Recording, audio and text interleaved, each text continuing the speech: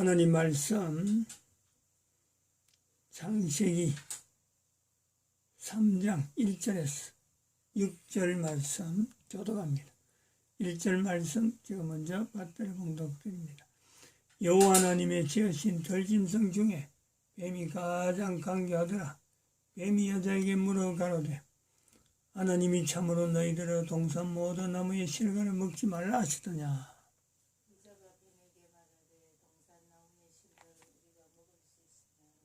동상 중앙에 있는 나무의 실과는 하나님의 말씀에 너희는 먹지도 말고 만지도 말라 너희가 죽을까 하노라 하셨느니라.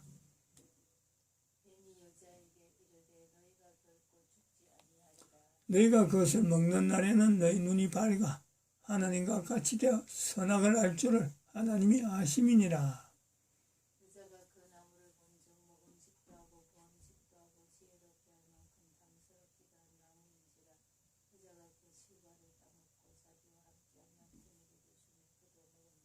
아멘. 하나님의 지으신 들짐승 중에 뱀이 가장 강교하더라. 성경 말씀, 하나님의 말씀에 사탄의 형태를, 사탄의 존재를 나타내고 있습니다. 당당하죠. 하나님이 지으신 들짐승 중에 하나로 이렇게 표현하면서 사탄이 결국 인간을 대항하는 존재, 인간과 사탄의 관계는 공유할 수 있는 어떤 것도 없습니다.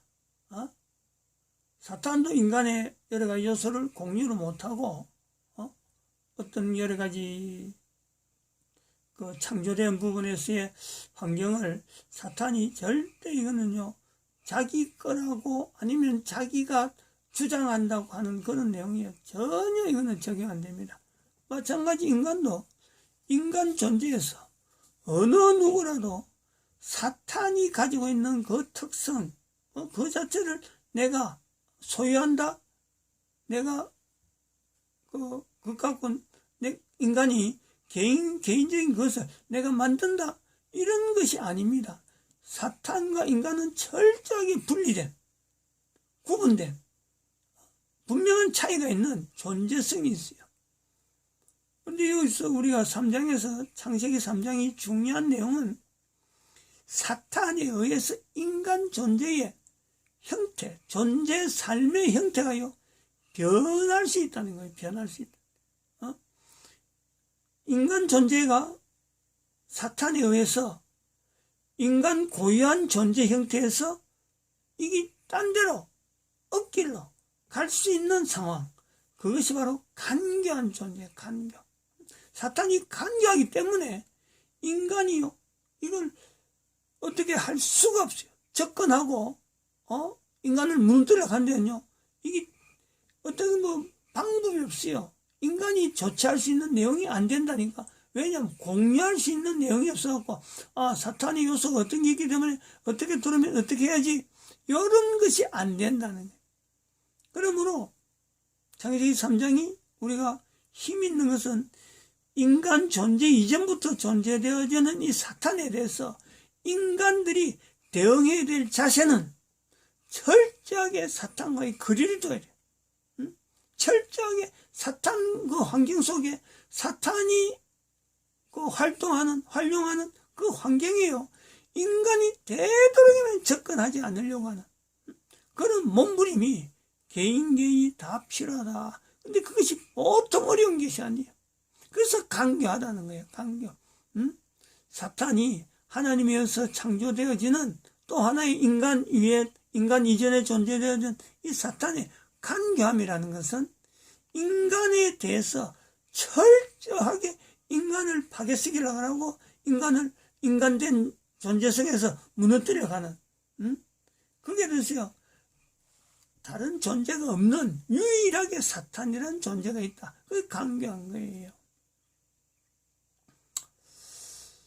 2021년 8월 달에 8월 16일로 보는 아프가니스탄에 미군이 철수를 하는데 얼마 있다가 아프가니스탄에서 대한민국이 자기 나라를 경제 발전하는데 도와주면 좋겠다 하는 그 요청을 했고, 한 번 있었고, 또 9월 6일 날 또 한 번 더 요청한 것을 통해서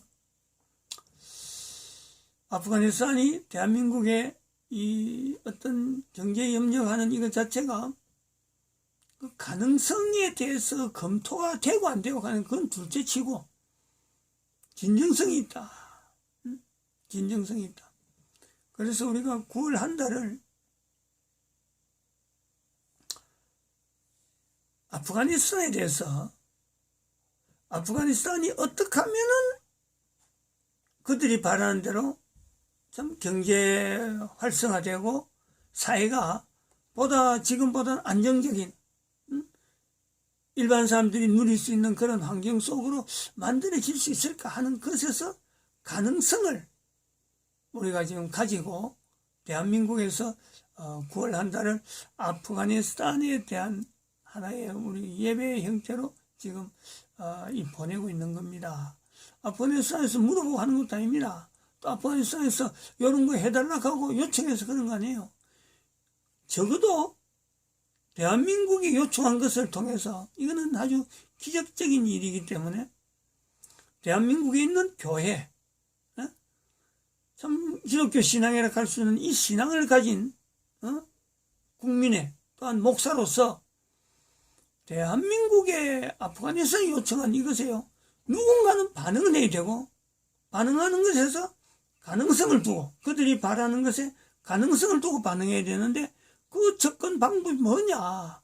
우선은 아프가니스탄의 그 요구에 대해서 여기서 뭔가는 대응을 해야 되고, 뭔가 답변을 해줘야 되는데, 현재 정부가 대한민국을 일컬어서 요청을 했지만 정부가 이걸 답변할 형태가 안 되거든.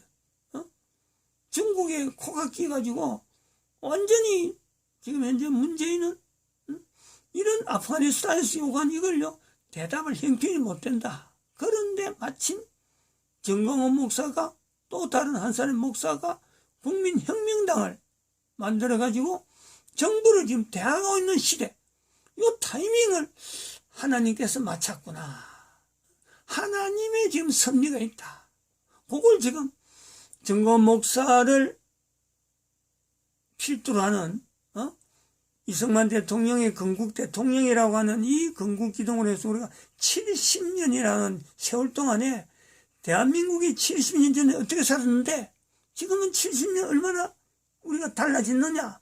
분명히 거기에서 이승만 대통령이 있었고 이승만 대통령이 있었던 기독교 입국론이 있단 말이에요.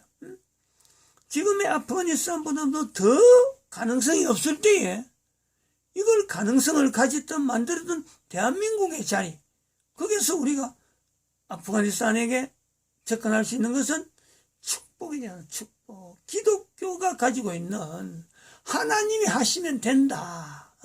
대한민국에도 하나님이 하셨어요. 지금까지 왔고 가능한 걸음으로 왔고 이승만 대통령의 기독교 입국론을 통해서 이것이 걸어왔는데 걸어올 때는 한 해 될 때는 몰랐는데 70년을 지내어 보니까 그거는 이승만 대통령이 주장했던 기독교 입국론의 열매다. 이게 분명하잖아요.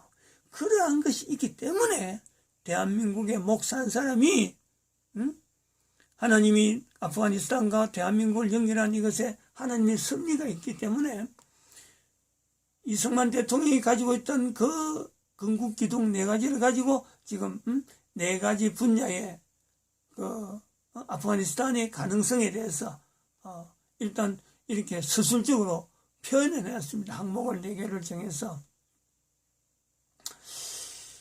근데 우리가 이런 것을 이제 9월 한 달 동안이라고 하는 내용을 하면서 아프가니스탄에서 뭐 참 이걸 연구하고 공부한 사람이 얼마나 있겠습니까?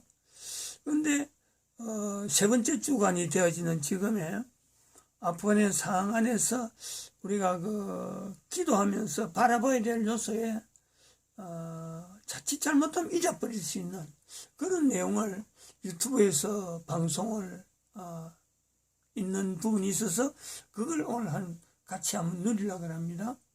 이 브레드 TV라는 이스라엘에 대한 상황에 이스라엘과 관계된 그런 상황에 대한민국에서 운영하는 유튜브인데 여기서 제목이 죽음을 불사하는 아프간 기독교 공동체. 아프간에 기독교 공동체가 있다는 거죠. 기독교 공동체가 있다는 건 또 뒷면에는요, 요 안에 또 다른 하나님이 보시는 이들을 향해서 하나님의 관심이 가지는 요소가 요 안에 있다는 거지. 그걸 한번 우리가 이 내용을 통해서 지금 요 22분짜리인데 제가 중간중간 좀 끊어갖고 몇 분을 보려고 합니다. 한번 보시죠. 일단은 이게 언제냐면 3분 50초. 3분, 이 부분에서 보겠습니다.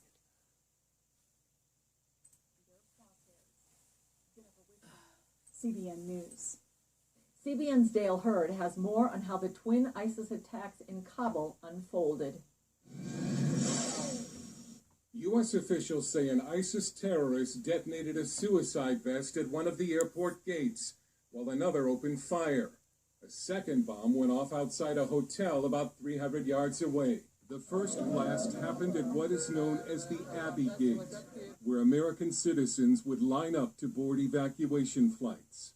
The victims were standing outside the gate in this sewage canal when the explosion occurred. The second blast near the Baron Hotel. This phone video of the aftermath is so graphic it had to be blurred. It shows piles of dead bodies. Pentagon spokesman John Kirby tweeted, "We can confirm that a number of U.S. service members were killed in today's complex attack at Kabul airport. A number of others are being treated for wounds." The Taliban have condemned the attack, saying it occurred in an area controlled by U.S. forces. ISIS terrorism has been expected after large numbers of ISIS fighters were believed to have been freed from prisons during the Taliban's rapid advance. The U.S. Embassy in Kabul, which had advance word of a possible terrorist attack, warned Americans Wednesday to leave the airport gate immediately and be aware of their surroundings, especially in large crowds. Being part of these huge crowds that remain around the gates and entrances to the airport is dangerous. We're obviously concerned about our own people as well. The acting U.S. ambassador to Afghanistan says Americans will be evacuated on an individualized basis. Secretary of State Antony Blinken says as many as 1,500 American citizens could still be in Afghanistan and insists those who want to leave will be able to. There is no deadline on our work to help any remaining American citizens who decide they want to leave to do so, along with the many Afghans who have stood by us over these many years. But it's unclear how Americans or our Afghan allies can be evacuated after U.S. forces leave in less than a week. So for thousands of Afghans who helped the U.S., they're now facing the grim reality that they may be left behind. Dale Hurd, CBN News. Even before the blast, 다른 조금 더 뛰어넘어서 12분.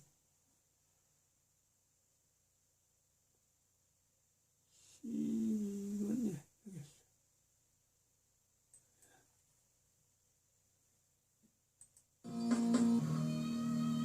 Afghanistan's tiny Christian community is facing elimination. Some leaders have already disappeared. Others fear death or that their wives and daughters will be taken as sex slaves. Despite those very real threats, Afghan Christians say they'll keep living for Jesus. Recently, CBN's George Thomas spoke with an underground church leader about life under the Taliban. Within hours of capturing Herat, the terror group's fighters were out patrolling streets trying to convince residents of Afghanistan's third largest city that life would soon return normal. Business will continue as normal, and people are happy with us. And with our services, they will be happier. Hamid has serious doubts about those claims. Right now, we fear elimination. The Taliban are going to eliminate the Christian population of Afghanistan. Hamid, not his real name, is among thousands of Afghans who've come to faith in Jesus Christ over the past 2 decades.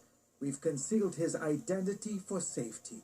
There weren't a lot of Christians 20 years ago during the Taliban time, but today we are talking about 5,000 to 8,000 local Christians, and they live all over Afghanistan.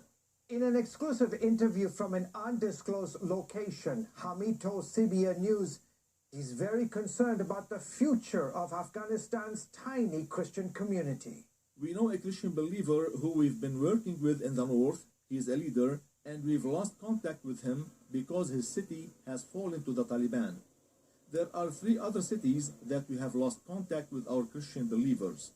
According to Open Doors, Afghanistan is the second most dangerous place to be a Christian in the world, just behind North Korea. The majority of the Christians here converted from Islam. Some of the believers are known in their communities. People know that they converted from Islam to Christianity, and they are considered apostates, and the penalty for that is death. The Taliban are famous for carrying out that punishment. Taliban fighters are reportedly now going door to door, forcing families to give up their daughters, some as young as 12, to be sex slaves for their men. I have 4 sisters that are single. They are at home, and they are worried about this. David, a foreign national, has worked in Afghanistan for the past 3 decades. We've taken similar precautions to protect his identity.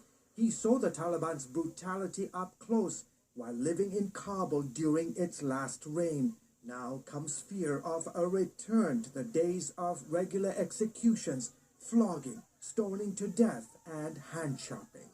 They have a strict interpretation of Islamic law, not only from the Quran, but also from what they call hadiths, which are traditions, sayings, and practical applications of Islamic law. They take these literally. Despite these threats, David says there's a hunger among Afghans like never before to know God in an intimate way. People are really seeking in their heart for peace, seeking for a true relationship with God, for meaning in life, and for an understanding of who is this God. Hamid is asking people around the world to pray for his country during these uncertain times. The Christian community in Afghanistan is strong. They are trusting Jesus. They are working with Jesus despite the potential of being eliminated by the Taliban. George Thomas, CBN News. 아까 여기서 우리가 볼 수 있는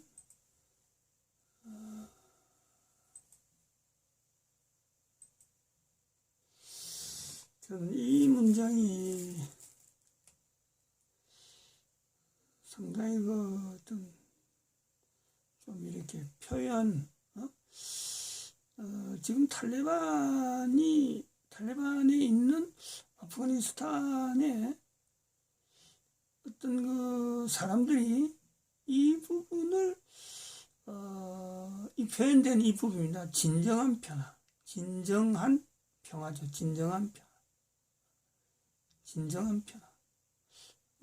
평화 자체가 거짓되지 아니하고 확실한 또 그러기 지속 가능한 그런 것이 진정한 평화가 말하지 않거나 이래 봅니다. 그리고 또 한편으로는 하나님과 또 진정한 관계.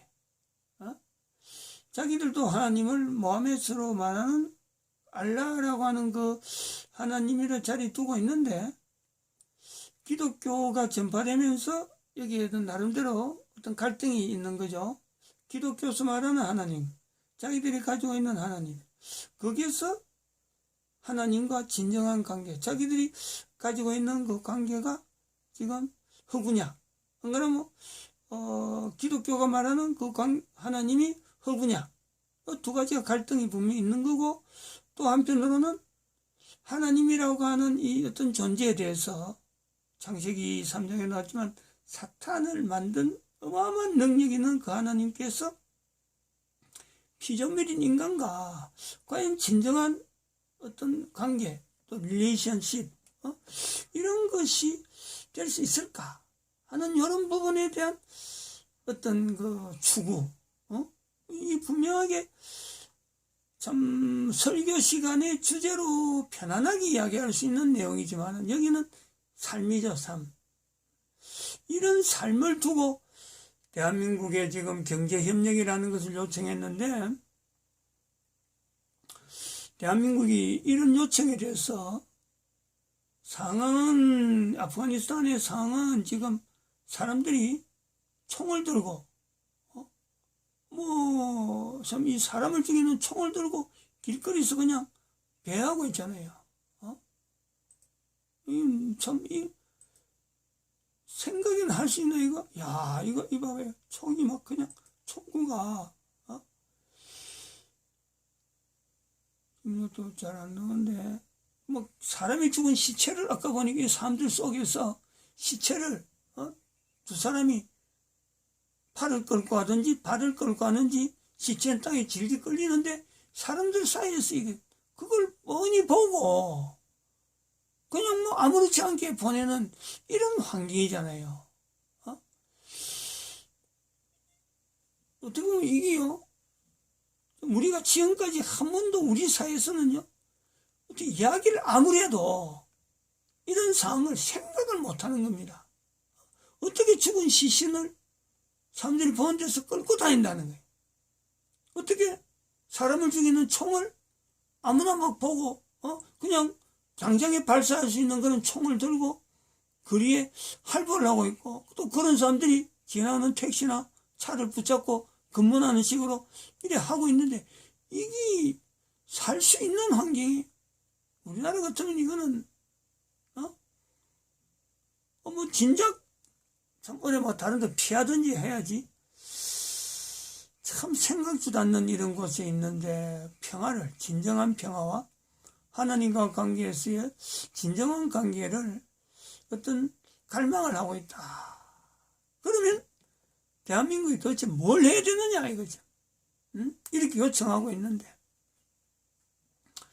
그래서 방법을 아까도 뭐 잠깐 이야기는 했습니다만은, 우리가 제시할 수 있는 방법이죠. 다른 또 여러 가지 객관성을 두고 다른 사람하고 비교해서, 다른 어느 나라하고도 비교해가지고 어느 나라든지 이승만 대통령의 건국 기둥을 통해서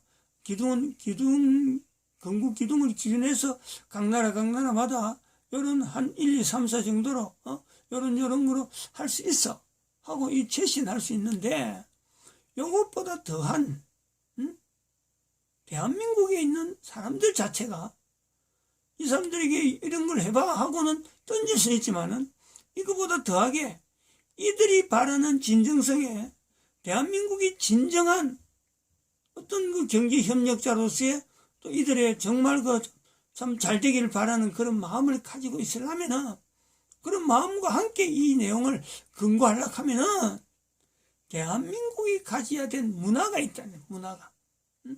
대한민국만 가지고 있던 문화였는데 대한민국에서 이걸 잃어버린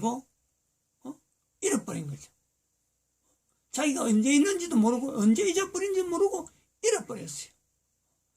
이 문화가 있어야 된다라는데 할 수 있는데, 그 내용이 뭐냐면, 이 아프가니스탄을 엄마가 자녀를 바라보듯이, 특히 엄마가 어떤 엄마냐, 불구자, 아이가 불구자인데 그 아이의 불구자로서 살아가는 그 삶을 다른 형제하고 비교해가지고 안타까운 마음으로 바르게 살아가고 참 다른 사람하고 좀 떳떳하게 살아갈 수 있는 그런 마음을 가지는 엄마. 우리 대한민국 사람 같으면요, 다른 나라 사람하고 다르게 대한민국 사람만 가지고 있는 엄마의 위치에 70년 동안, 대한민국은 이승만 대통령을 통해서 나타난 70년 동안 나라가 잘 사는 어떤 힘은 사실은 이런 엄마의 희생이죠.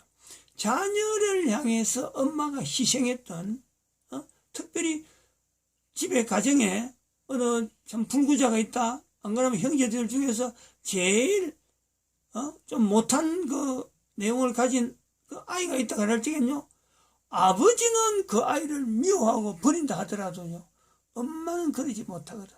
그걸 대한민국은요 갖고 있다는 거예요. 다른 나라 못지않게, 뭐 다른 나라도 있을 수 있지만은 대한민국은 6.25 사변을 거치면서 특별히 이것이요, 하나의 문화적으로 6.25 사변 이후로 자란 우리가 70대 되어지는 우리가 기억하는 바는 엄마에 대한 자세에 어느 대한민국의 엄마가 다 동일하게 이런 자세에서 공통적인 내용이 있다는 거예요. 저희도 우리 가정에 있는 내 남동생을 통해서 이걸 직접 바로 옆에서 보았고,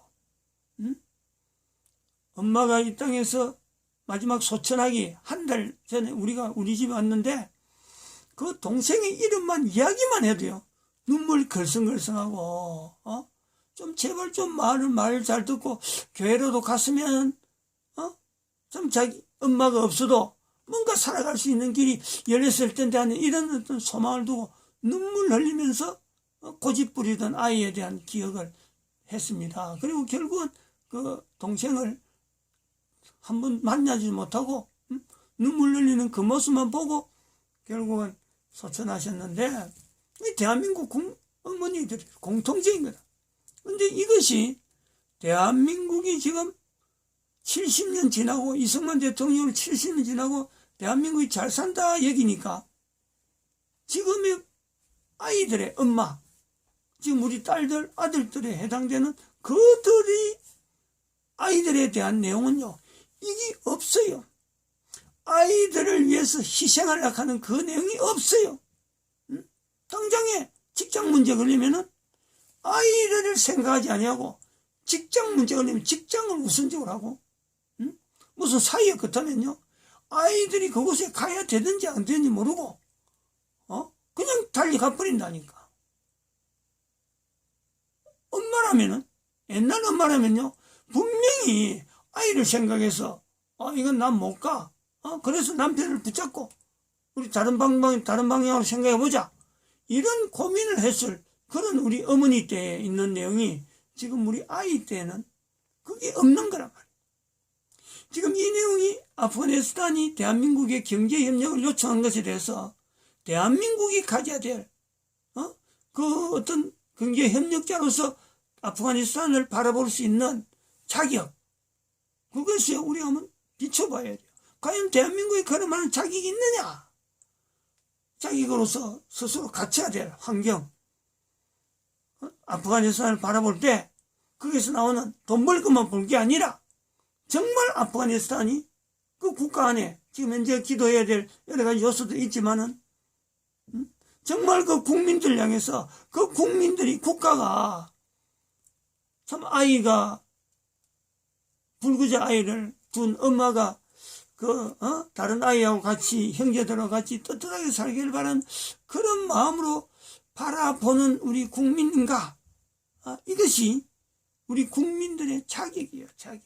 과연 아프가니스탄이 손을 내밀고 도와달라고 했는데 우리가 그래 도와줄게 하고 나설 수 있는 자격이 있는 대한민국 국가의 국민들의 자세인가? 그런 것에서 오늘 영상물에서 기독교 공동체가 공격을 받고 있는데 이런 공격을 받는 것에서 우리가 당장이라도 아프가니스탄에서 죽어가는 사람들을 죽을 수 있는 사람들이 있다는 거 아니에요.